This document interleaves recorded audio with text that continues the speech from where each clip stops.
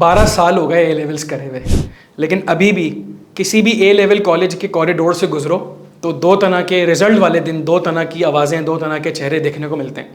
एक जिनके obviously as आए, ए स्टार्स आए या बीज आए, और दूसरे जिनके डीज ईज आए और शायद एक यू भी लग गया हो, और उनको ऐसा लगता है कि ज़िंदगी ख़त्म हो चुकी है। अच्छा भाई, अगर आप इंजीनियरिंग करना चाहते हैं तो यकीन करें पहले वाले भाई में और दूसरी वाली बहन में कोई फ़र्क नहीं है। सरप्राइजिंग? मैं बताता हूँ। देखें, हम किसी भी इंजीनियरिंग यूनिवर्सिटी में अप्लाई करते हैं और हम अपने A2 में अप्लाई करते हैं। जून जुलाई तक तकरीबन सारी पाकिस्तान की टॉप यूनिवर्सिटीज़ इंजीनियरिंग वाली अपना चैप्टर क्लोज कर देते हैं। A2 का रिजल्ट कब आता है? A2 का रिजल्ट आता है अगस्त में।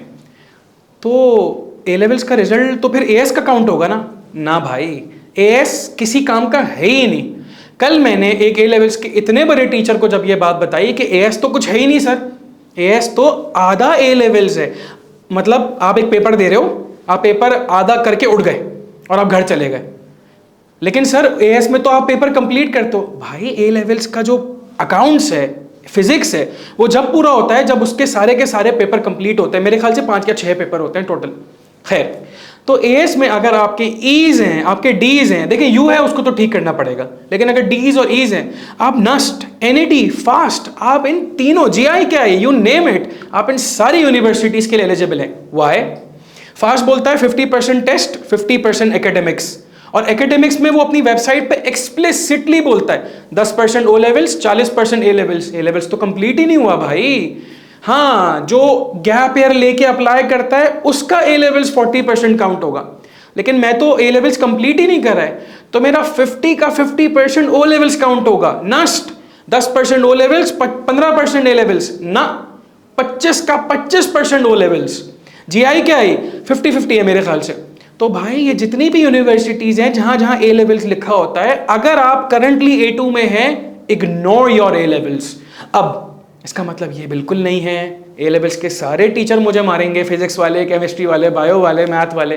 मैं ये नहीं कह रहा आप A लेवल्स छोड़ दें, बस मेरा ये कहना है आ गए ना डीज और ईज, इससे बाहर निकलें, A2 में इसको ठीक करें और अपने टेस्ट की तैयारी करें। हाँ, अब अगर किसी के ईज हैं और उसको ऐसा लगता है यार ये यूज में कन्वर्ट हो जाएंगे, तो बॉस इसको तो आपको ठीक करना पड़ेगा। यू किसी काम का नहीं है। 3 is and you are done.